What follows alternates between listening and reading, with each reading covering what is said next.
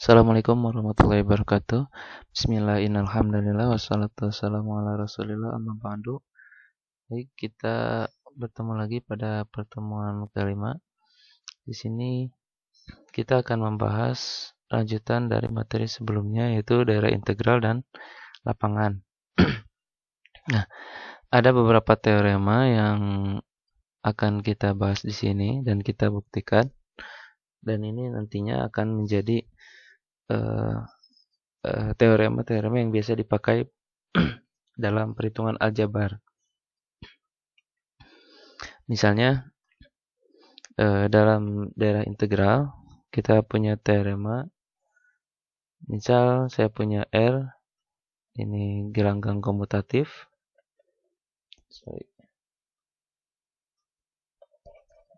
Ini ring komutatif ya.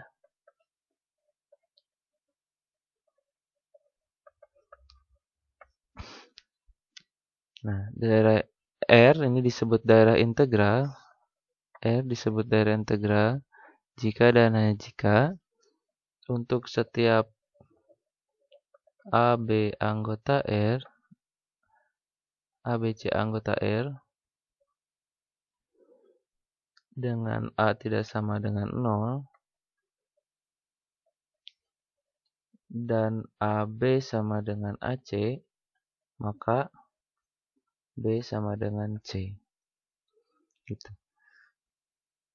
Ya, ini kan kalau di sekolah-sekolah sudah biasa digunakan ya sebenarnya. Jadi kalau kita punya AB sama dengan AC, itu maka B sama dengan C. Tinggal dicoret-coret aja gitu kan. Karena dia di sekolah menengah, itu yang mereka gunakan adalah bilangan real. Sehingga di bilangan real pasti berlaku inverse. Sehingga otomatis kalau punya AB sama dengan AC, maka B sama dengan C. Nanti ini juga akan kita buktikan. Nah, tapi setidaknya dengan syarat daerah integral, satu himpunan bisa berlaku hukum kanselasi. Ini disebutnya hukum kanselasi ya. Atau hukum pembatalan. Ini disebutnya hukum kanselasi atau pembatalan. Nah, karena jika dan hanya jika, maka akan kita buktikan dua arah. Pertama, misalnya dari kiri ke kanan. Jadi kalau kita punya daerah integral, maka berlaku ini. Artinya kita sudah punya fakta bahwa R-nya daerah integral. Kita punya fakta bahwa R-nya daerah integral. Yang akan kita buktikan adalah jika kita punya AB sama dengan AC, yang harus dibuktikannya B sama dengan C. Jadi ini kita mulai dari AB sama dengan AC. Jadi buktinya AB sama dengan AC, karena ini semuanya ada di R, R-nya daerah integral. Ini bisa saya kurangkan dengan AC. Jadi sebelah kanannya sama dengan 0. Dan ini bisa saya kelompokkan A dikali B min C sama dengan 0. Karena A-nya tidak sama dengan 0 dari awalnya teorema, A-nya tidak sama dengan 0. Berarti kalau misalnya A-nya tidak sama dengan 0 dan kita punya perkalian A dengan sesuatu gitu ya. A dengan sesuatu yang menghasilkan 0, maka kalau A-nya tidak sama dengan 0, maka B min C-nya yang sama dengan 0. Kenapa? Karena kita bermain di R yang R-nya ini adalah daerah integral. Daerah integral kan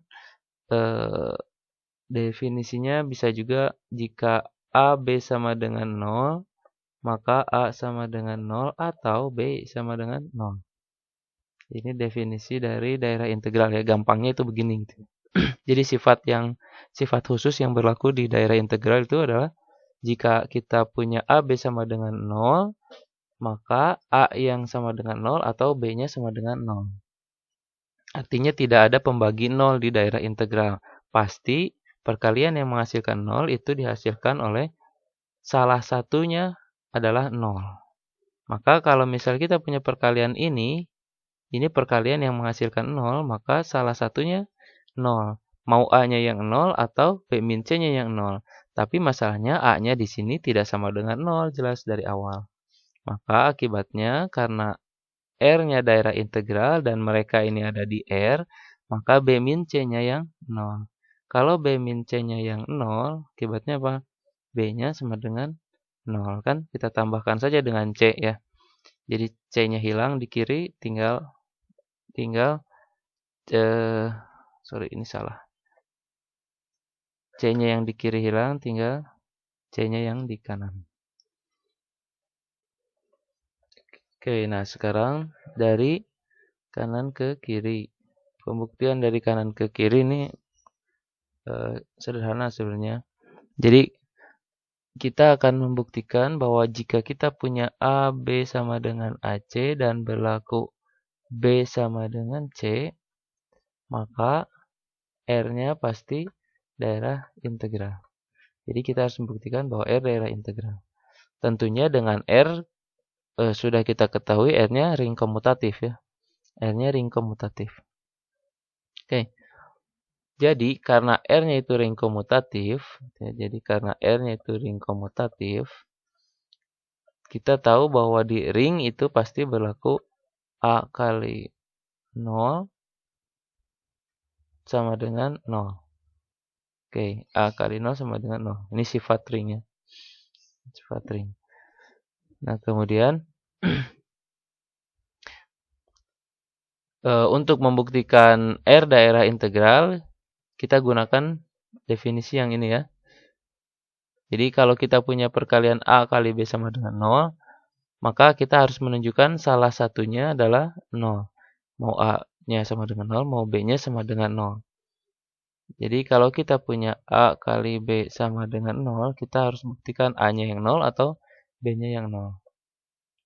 Kita punya A kali B sama dengan 0. Dan kita punya A kali 0 sama dengan 0. Bisa kan kita persamakan karena dua-duanya sama dengan 0. Maka ini akan sama dengan A kali 0. Kan gitu ya. Sehingga kita punya AB sama dengan A0. Karena kita punya sifat ini, mirip kan? AB sama dengan AC, maka B sama dengan C. Maka bisa kita gunakan untuk ini. AB sama dengan A0. Maka dari sini kita dapatkan B-nya yang sama dengan 0. Gitu. Sehingga jika kita punya uh, uh, A kali B sama dengan 0, maka tentunya B-nya sama dengan 0. Sehingga pastilah R-nya daerah integral. Oke, jadi sifat translasi ini bisa kita gunakan hanya setidaknya jika himpunan yang kita gunakan itu merupakan daerah integral.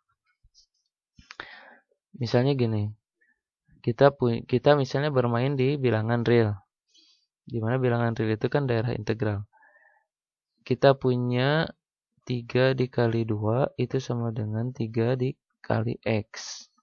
Nah, dari sini karena kita bermainnya di real, maka bisa kita pastikan bahwa nilai X-nya adalah sama dengan 2. Karena realnya itu daerah integral. Tapi, kalau misalnya kita bermainnya di matriks, jika kita punya 0, 0, 1, 0 gitu lah misalnya ya.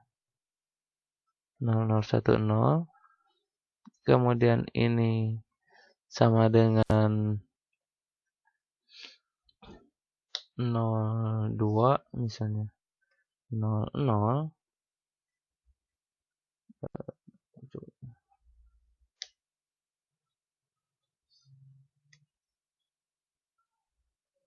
Sorry, bukan 2.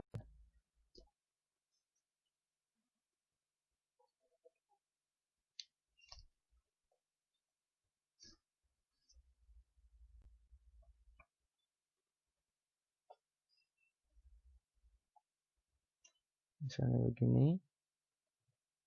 Ini sama dengan 0,010 dikali 1 matriks A, B, C, D, maka kita tidak bisa menentukan bahwa A-nya sama dengan 0, B-nya sama dengan 0, C-nya sama dengan 0, dan D-nya sama dengan 0. Tidak bisa.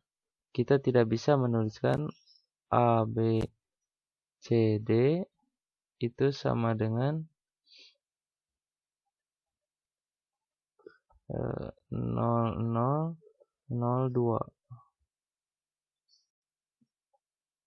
Nah, nggak bisa begini. Kenapa? Karena matriks itu bukan daerah integral. Sehingga kalaupun kita menuliskan begini bisa, cuman bisa juga kemungkinannya bahwa matriks ABCD-nya adalah 0005 misalnya, bisa 0001 bisa juga kan. Jadi tidak hanya ini. Jadi tidak bisa kita memastikan bahwa matriks ABC-nya adalah 0002. Karena matriks itu bukan daerah integral. Nah, kemudian ada teorema, tapi kita mulai dari definisi keterbagian.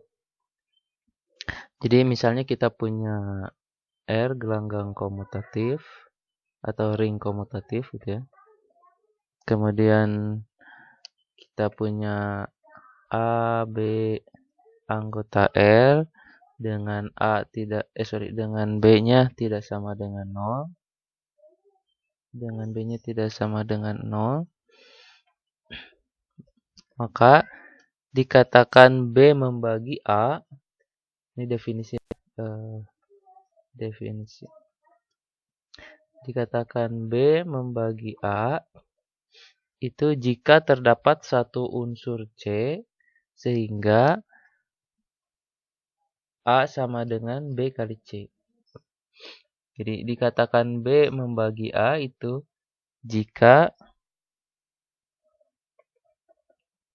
kita bisa menentukan satu unsur C jika ada C anggota R sehingga A-nya sama dengan B kali C.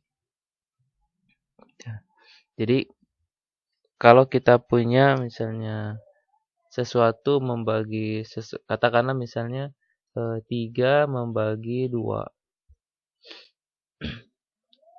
3 membagi 2 ini berarti 3 membagi 2. 3 membagi 6 gitu ya. 3 membagi 6. 3 membagi 6 ini berarti 6 bisa kita tulis sebagai perkalian antara 3 dikali sesuatu. Nah, sesuatunya ini bisa kita tentukan. Oh, paling juga 2. Oke. Berarti 6 sama dengan 3 kali 2. Di mana 2, 3, dan 6 ini berada pada satu himpunan yang sama. Katakanlah bilangan real misalnya. Gitu. Jadi, dengan dituliskan seperti ini artinya 3 membagi 6 atau 2 membagi 6 juga bisa juga gitu. Sama dengan 2 dikali 3. 2 membagi 6. Membagi 6. Gitu ya.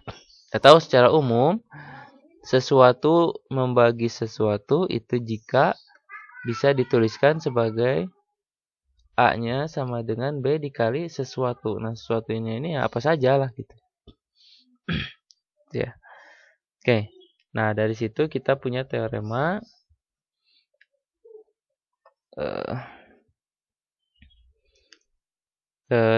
teorema jika kita punya teorema atau sifatnya jika kita punya R gelanggang komutatif atau ring komutatif, kemudian A, B, C anggota R, maka berlaku 1. Jika A tidak sama dengan 0,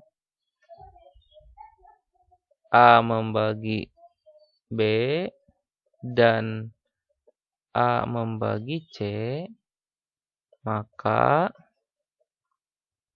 A membagi XB plus plus YC, plus YC untuk setiap XY anggota R. Kemudian 2, jika A-nya tidak sama dengan 0, sama ya. Jika A-nya tidak sama dengan 0 juga, A-nya tidak sama dengan 0, B-nya tidak sama dengan 0, dan A membagi B serta B membagi C, maka A membagi C. Maka A membagi C. Nah, ini kita akan buktikan ya. Oke. Buktinya yang pertama, jika A tidak sama dengan 0, A membagi B, artinya bisa kita tulis juga ini B sama dengan A dikali sesuatu, katakanlah sesuatunya D misalnya. Kemudian kita juga punya A membagi C. Dari sini ya, A membagi C, maka ini sama saja dengan C sama dengan A dikali sesuatu juga. Nah, yang harus kita buktikan adalah benarkah A-nya itu membagi XB plus YC. Nah, kita mulai dari XB plus YC. Oke. Ini kita bisa substitusi nilai B dan C-nya dengan yang sudah diketahui. Berarti sama dengan X dikali AD tambah Y A kali E. Oke, dan ini akan sama dengan A-nya kita keluarkan, jadi A dikali XD plus YE. Oke.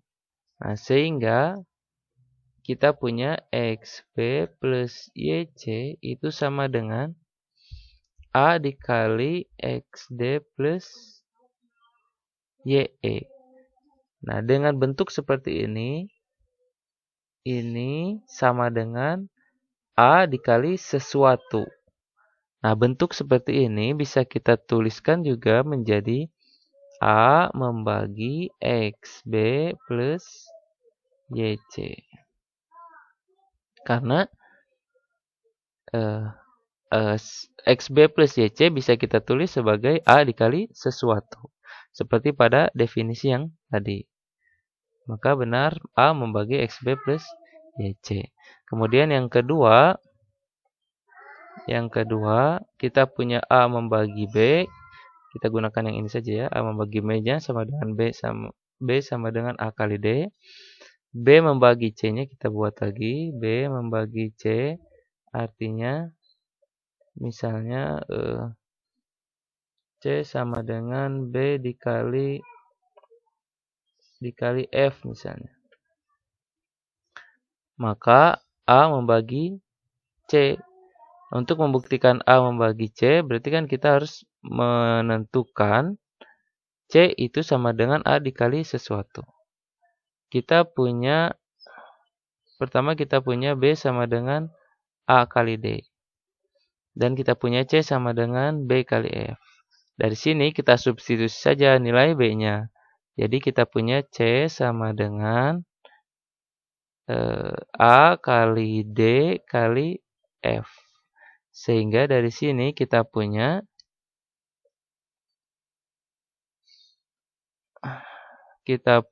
C sama dengan A dikali sesuatu. Sesuatunya apa? D kali F. Nah, sehingga dari sini kita bisa kita buat sebagai A membagi C. Karena C bisa dibuat menjadi perkalian A dikali sesuatu. Maka terbukti A membagi C. Nah, kemudian satu lagi definisi mengenai keterbagian ini tentang kesekawanan. Jadi dua unsur A, B, anggota R misalnya, dengan R-nya tetap daerah integral ya. R-nya daerah integral. R-nya daerah integral. AB ini dikatakan sekawan, AB sekawan jika A membagi B dan B membagi A. Jadi dua unsur dikatakan sekawan jika saling membagi, intinya begitu ya. Jadi ini definisi kesekawanan. Jadi A, B sekawan itu kalau A-nya membagi B dan B membagi A. Jadi ya yang namanya sekawan itu ya saling membagi ya. Jangan saling pelit-pelitan. Enggak, itu canda. Jadi dalam teori ring itu dua unsur dikatakan sekawan jika saling membagi. A membagi B dan B membagi A. Akibatnya apa? Kalau misalnya dua-duanya saling membagi, katakanlah misalnya A-nya sama dengan A membagi B ya. A membagi B itu berarti B sama dengan A dikali sesuatu, katakanlah C misalnya. Kemudian B membagi A, berarti A sama dengan B dikali sesuatu, katakanlah D misalnya gitu. Nah, dari dua ini bisa kita substitusi menjadi A sama dengan A kali C kali D, kan begitu ya. Ini kalau kita asosiasikan jadinya begini. Nah, karena A sama dengan A kali C kali D, dengan hukum kanselasi yang berlaku di daerah integral, ini bisa kita pastikan bahwa C kali D-nya adalah sama dengan 1. Ya kan? Yang tadi loh. A, B sama dengan AC, maka B sama dengan C, kan begitu ya. Dan ini kita punya A kali 1 sama dengan A dikali CD, kan gitu. Maka CD-nya bisa kita pastikan sama dengan 1. CD-nya sama dengan 1. Kalau C kali D-nya sama dengan 1, artinya C ini unit, atau D ini juga unit. C dan D-nya adalah unit. Kalau C berarti maka, kalau C ini satu unsur, maka D-nya pasti inverse dari C. Kalau D-nya satu unsur, maka C-nya pasti inverse dari D. Begitu ya, sebalik-sebaliknya ya. Maka C kali D-nya unit. Kalau C kali D-nya unit, maka maka dia akan sekawan. Jadi kalau ada unit pasti akan ada unsur yang sekawan di situ gitu ya. Selama dia syaratnya daerah integral. Oke, nah itu kesekawanannya. Jadi intinya sekawan itu dia saling membagi. Nah, kemudian kita sudah membahas daerah integral dan lapangan dan beberapa teorema pada daerah integral. Nah, pertanyaan yang timbul adalah daerah integral dan lapangan itu keduanya mempunyai syarat minimal yang sama, yaitu dia harus setidaknya ring komutatif. Harus ring komutatif. Nah, pertanyaannya, kalau misalnya syaratnya sama minimal ring komutatif, mungkin nggak sih kalau misalnya daerah integral itu pasti lapangan? Atau kalau misalnya dia lapangan, mungkin nggak dia bisa dikatakan pasti daerah integral? Nah, kita akan buktikan satu-satu. Jadi yang pertama, kita akan buktikan bahwa setiap himpunan yang merupakan daerah integral itu dia pasti lapangan. Setiap ya. Artinya kalau misalnya ada yang satu saja ada yang daerah integral tapi bukan lapangan, maka pernyataan ini tidak berlaku. Dan itu akan dengan mudah kita dapatkan. Contohnya misalnya daerah integral Z. Z dia ring komutatif dan dia juga daerah integral. Artinya setiap perkalian yang menghasilkan 0 di Z itu pasti dihasilkan dari unsur yang salah satunya adalah 0. Gitu. Jadi A kali B sama dengan 0 itu dihasilkan pasti A-nya 0 atau B-nya yang 0. Artinya di Z ini tidak membuat pembagi 0. Jadi dia daerah integral, tapi Z itu bukan lapangan. Kenapa? Karena setiap unsur di Z yang bukan 0 itu bukan unit. Kenapa? Karena tidak memiliki inverse terhadap perkalian. Tidak memiliki inverse terhadap perkalian. Ya, ambil saja misalnya contohnya 2. 2 itu bukan unit di Z. Kenapa? Karena dia tidak memiliki inverse terhadap perkalian. Sehingga Z bukan lapangan. Artinya pernyataan ini tidak benar. Tidak benar bahwa setiap atau tidak setiap daerah integral itu lapangan. Nah, kemudian yang kedua, apakah setiap lapangan itu daerah integral?